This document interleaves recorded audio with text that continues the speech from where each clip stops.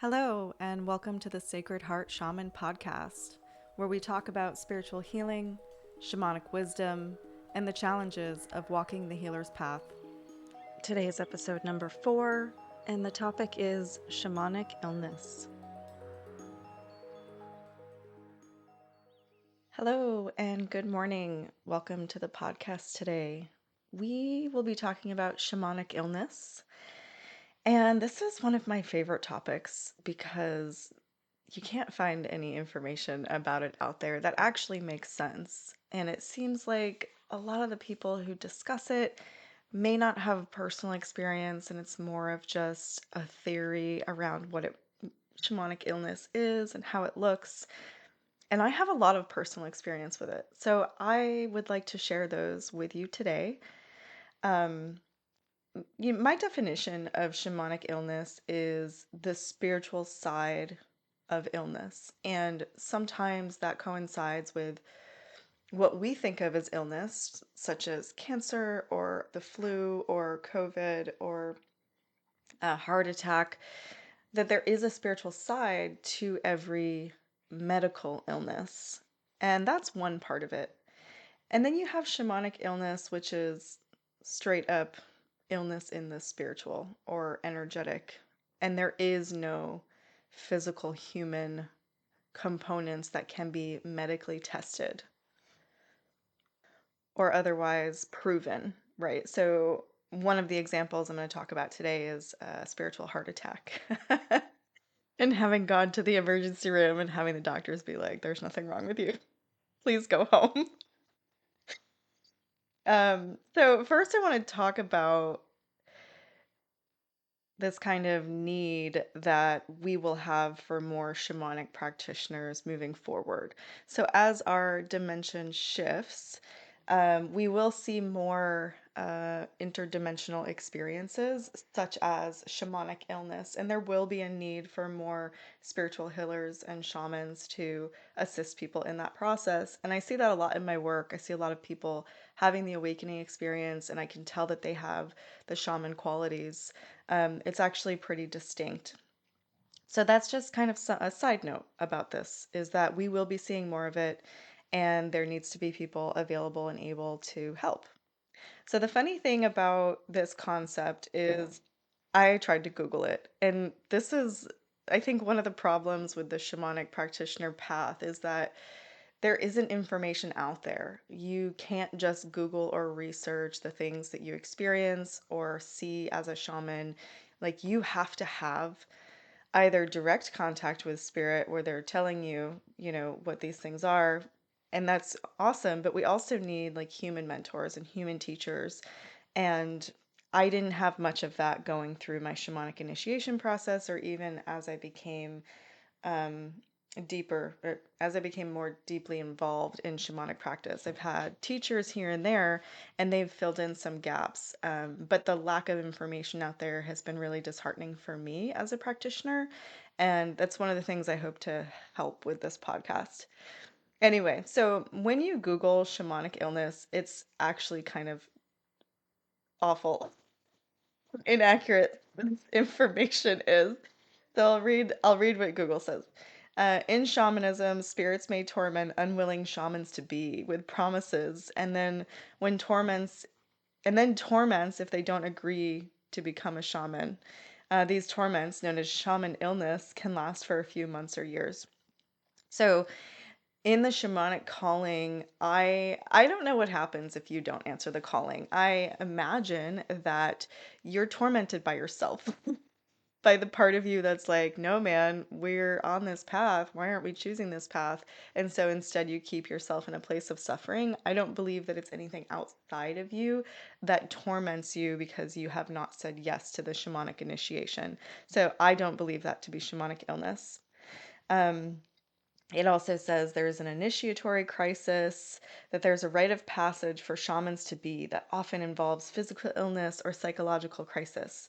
This process is important for young shamans who may undergo a sickness that pushes them close to death. Um, yeah, we must go into crisis in some way, shape, or form in order to make the decision to initiate into this path, because the path is very challenging. It's a huge responsibility. I don't believe that we have the ability to say no to it, honestly. And initiatory crisis is not shamanic illness. It's an initiatory crisis. Those are two different things. The third thing that Google says is that shamanic illness is an energetic imbalance, that shamanism views illness as an energetic imbalance where something is present that shouldn't be, or something is missing that should be. And shamans believe that healing can be more complete by addressing the spiritual and energetic roots of illness in addition to physical, mental, and emotional support. 100% agree with this. And it doesn't actually describe what shamanic illness is and how it feels and what to do with it.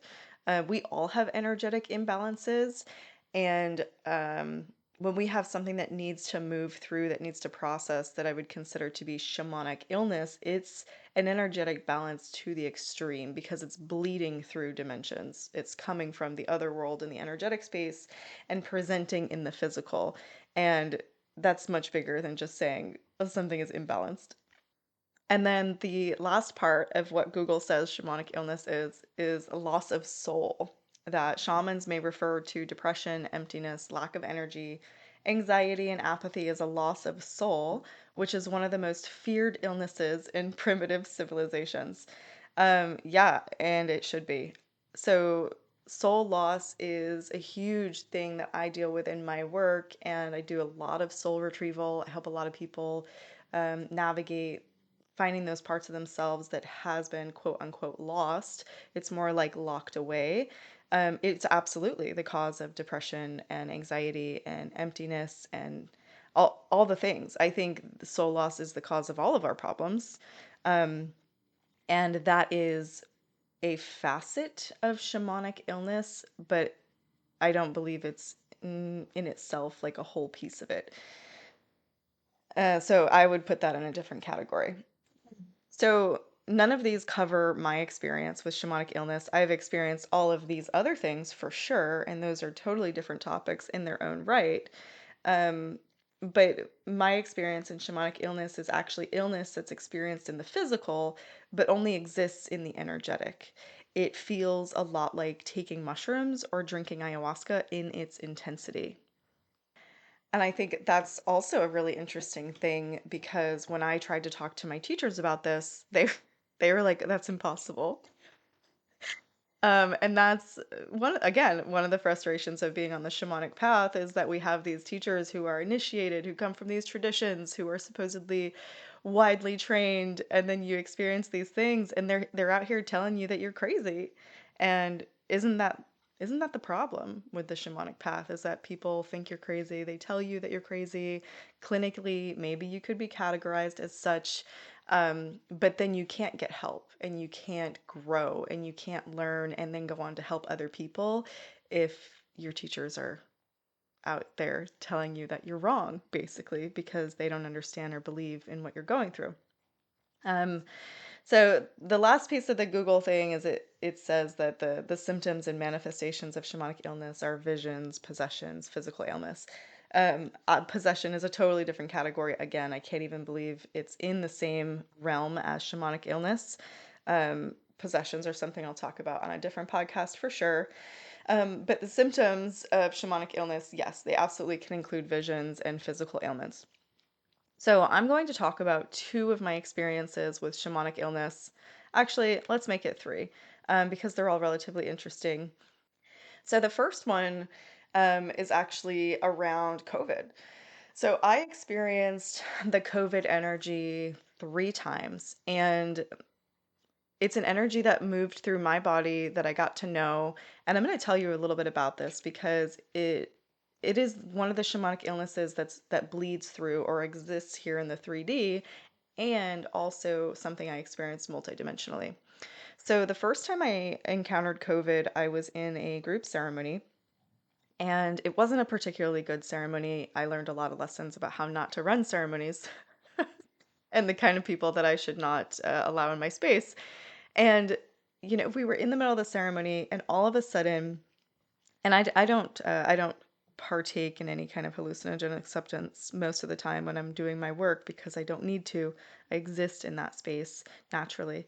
So we're in this ceremony and people are processing some things, and all of a sudden I feel like time and space has completely frozen.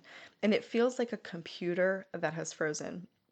And I watched this big being like move through the room. And all I can think of is like, this is a virus. This is a virus. This looks like a computer virus. Like what is going on here? Oh my God.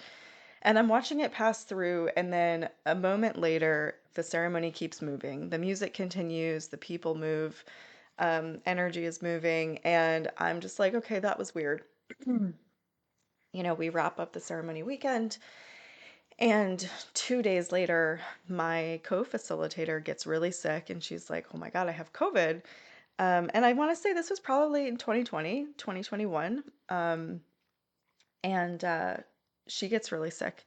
And then 2 days after that, I get really sick and I am laid out for 2 weeks. I'm having like these intense purging visions. I feel like toxic masculinity is leaving my body from every pore. Like I am hallucinating. I feel like death. Um, I lost my sense of smell and taste for about 6 months. And the interesting thing about that is that I could only taste things that were real. So if anything had added chemicals or sugar, preservatives, if it was processed, it tasted like garbage to me. But if I ate a berry or an apple, certain kinds of meat, it would taste not only normal, but better than normal. So it was like my body was recalibrating and shutting out all of the things that it did not want. Like, Nadia, this is not real food. We can't taste it. It's messing something up. Don't eat it. The smell thing was a whole different level that really helped me look at my addiction to smells and food as like, I don't know, almost like hits of like being high, like, ooh, I'm getting so much pleasure out of the way that this smells. And I had to recalibrate, and that was really interesting.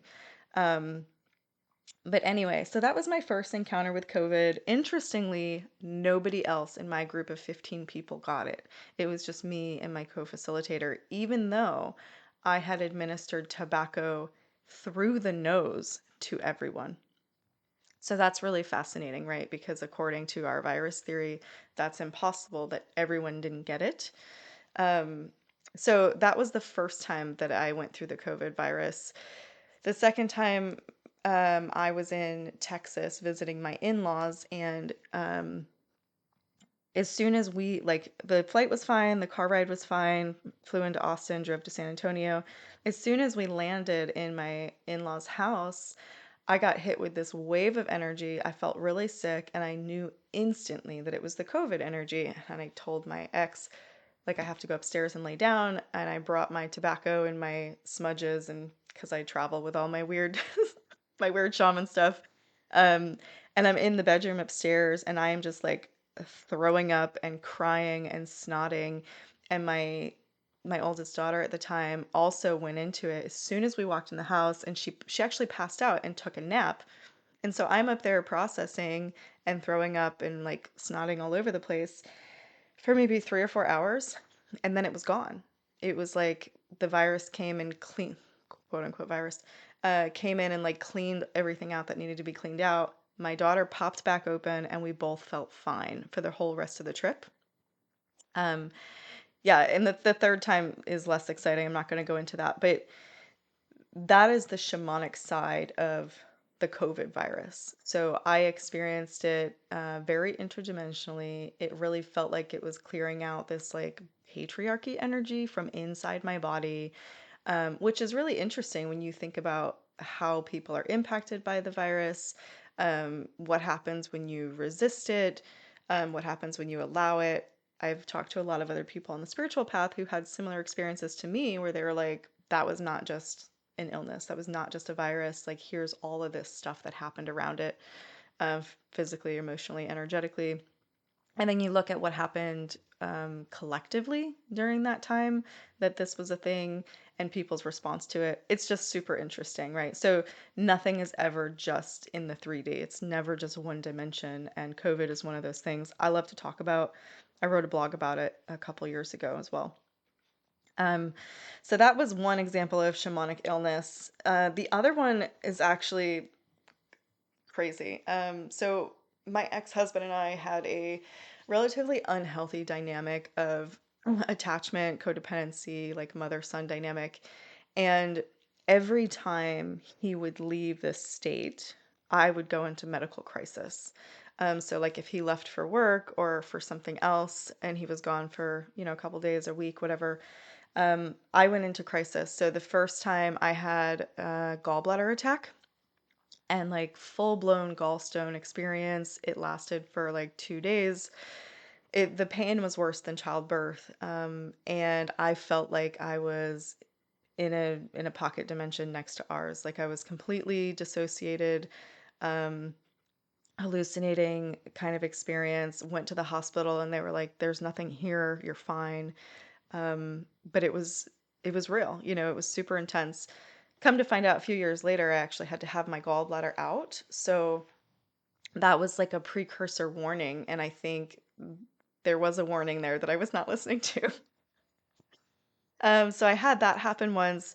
My wedding ring, my ring finger on my wedding ring finger, my finger on my wedding ring. Yeah, that finger broke once while he was out of town. It fractured. Couldn't wear my wedding ring anymore. Um, And then the last time that he went away, I had heart attack symptoms. They lasted almost 2 weeks. They were all the symptoms. And I kept having this intuitive feeling like I'm gonna die. And it was a deep feeling. It was deeply rooted. I knew I wasn't gonna die in the physical, but I could feel that I was dying in the spiritual. And it was like, man, just so intense. Ended up going to the hospital for that too, and they're like, yeah, everything is fine. All these symptoms that you're describing are definitely symptoms of a heart attack, and you're describing symptoms most people wouldn't even know are related to the heart attack symptoms. Um, but everything, you know, came to be okay. Looking back on those experiences now, um, my heart was breaking. My marriage was ending, my heart was breaking. I was getting the message with my finger like you cannot be married anymore. Um the gallbladder thing is like a whole other deep dive involving my digestion system and the way that I was feeding myself different foods to soothe like the bad situation I was in my marriage. But all the symptoms were there. They were all shamanic illness that was trying to tell me, hey, this relationship is not okay, you know? So that was really interesting. Different kind of shamanic illness. And then the third story is actually also very interesting. So I have a puppy. I got a puppy earlier this year that I'm training as a ceremony slash therapy dog. He's really wonderful. About a month ago, it was about 2 weeks before my divorce, actually. He ate a rawhide bone that his trainer gave him. Now, I didn't know that rawhide was an issue. I figured the trainer wouldn't give him anything that would like harm him. Well, she did, and he ate it and he swallowed it. And as soon as I found out, I took him to the pet ER and we had imaging done, and they're like, yeah, it's sitting in his stomach. There's a potential for a bowel obstruction. You got to keep an eye on it for 2 to 5 weeks. And I'm like, okay, I have to sit with this potential for 2 to 5 weeks. That sounds like a terrible experience. I went home, and that night, the dog and I went into ceremony together. And when I say that, I mean him and I both went into an altered state. We shared the experience, and medicine ensued. So for me, that feels, at least that instance, it felt like we had both drank ayahuasca and we were in it together. So we came home and he was really uncomfortable and he was panting and I was an anxious mess and I felt like I needed to throw up, but I couldn't throw up. And all night we took turns processing and sleeping. So for an hour he would be panting and uncomfortable and I would pass out, and then it would switch and I started throwing up and I started purging and kind of going through it. And then we would switch back, and my cat's in the house and he's throwing up, and I'm like, what the hell is going on here? And we went through all night like that. And the next day, we got up and it was like he was fine, but the feeling that I had in my stomach was not fine. I felt like an anxious mess, like I needed to purge. I had like just a ball of energy in my solar plexus and I could not move it. But I would notice that every time I left the house, I would feel better. And then I would come home and I would be a mess again. And I was like, I don't know if I'm picking this up from my dog. Am I feeling his discomfort? Like, what is going on? And I was in that space for about 2 weeks, decided to take him back to the emergency room because I was like, listen, this rawhide hasn't passed yet. I feel like he's uncomfortable. Like, can somebody do some imaging? I sat in the emergency room for like 4 hours. The doctor got caught up in stuff. She was late. I didn't actually see anybody, but I used that time to process my emotions and my thoughts in my journal while I'm sitting in the waiting room. So I felt like the medical facility was literally holding space for me to work this out. And I wrote down what I was feeling physically and emotionally, what my thoughts were about it. And I'm ultimately come to this place where I'm like, Nadia, what are you doing here? Like your perception of this dog and what he's going through is being seen through a filter that you've put on. This is not the reality of the situation. And I ended up leaving without having to pay anything, which would have been like $800, $900, because I realized that all of this stuff happening was inside me and it was projecting out into my world. It was projecting out into the dog. And when I asked my spirit team what I should do about it, they were like, go see an acupuncturist. And so I did. And I saw someone and told them what I was experiencing. And he was like, it sounds like you're having trouble digesting. Shamanically speaking, not physically speaking. And he did this protocol on me that was supposed to help with shamanic digestion. And I came home and it was like I saw the world through different eyes. Like I was no longer worried about my dog. I was no longer panicking. There was no more knot in my stomach. And that ceremony medicine-y feeling that we were sharing completely gone. 2 hours later, I take him outside for a walk and he like poops out this big mucus clump, and I knew that whatever it was had passed. Like whatever it was that we had shared together had passed.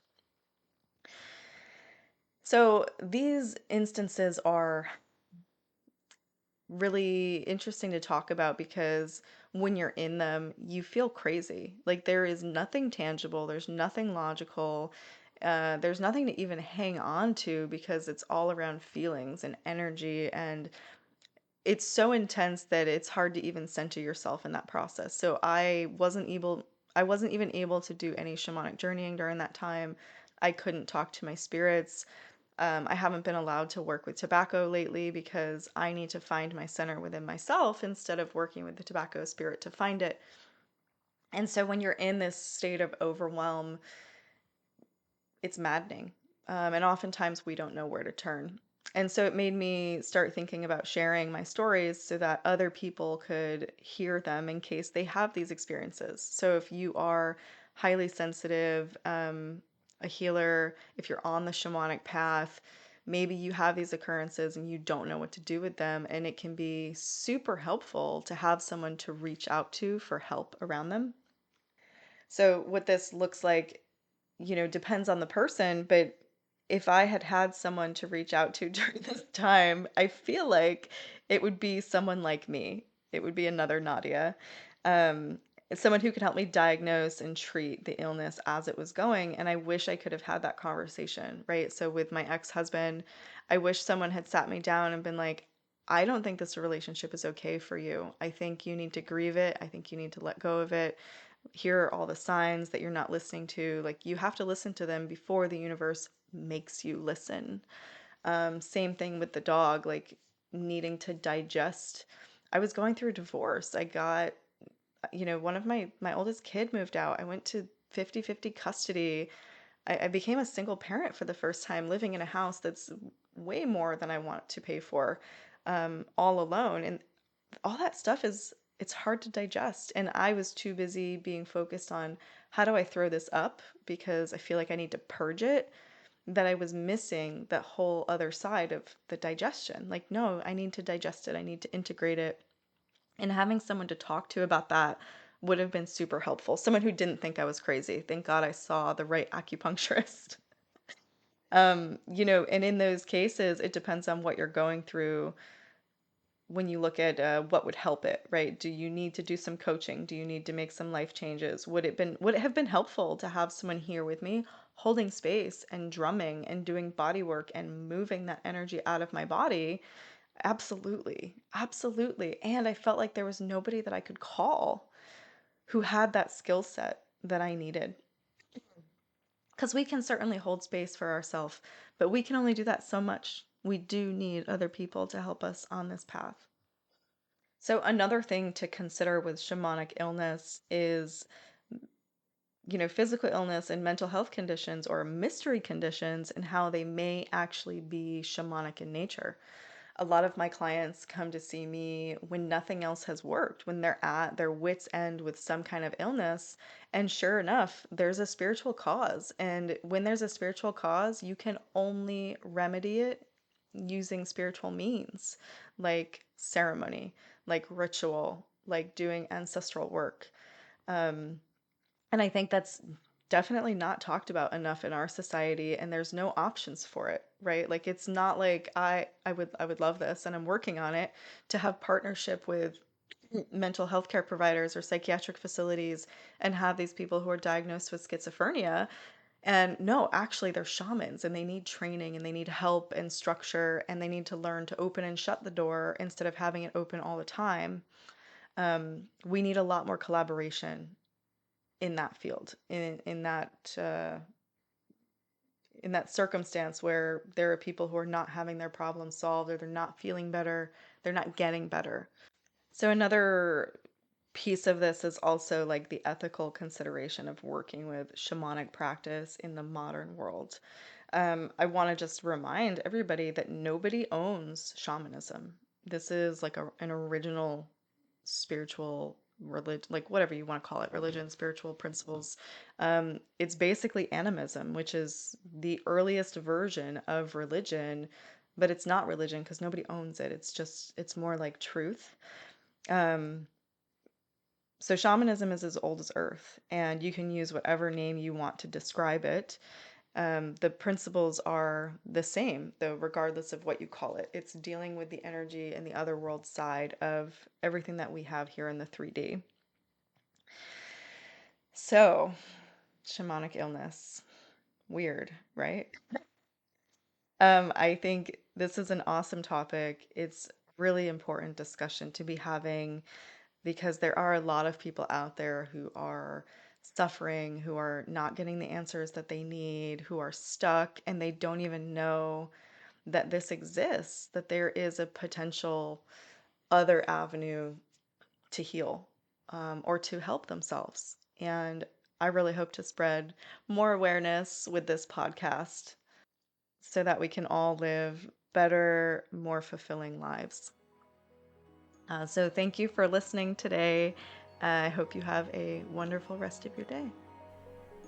If you enjoyed this podcast and want to know more about me and my work, please hit the subscribe button and visit my website at www.sacredheartshaman.com. Thank you and have a wonderful day.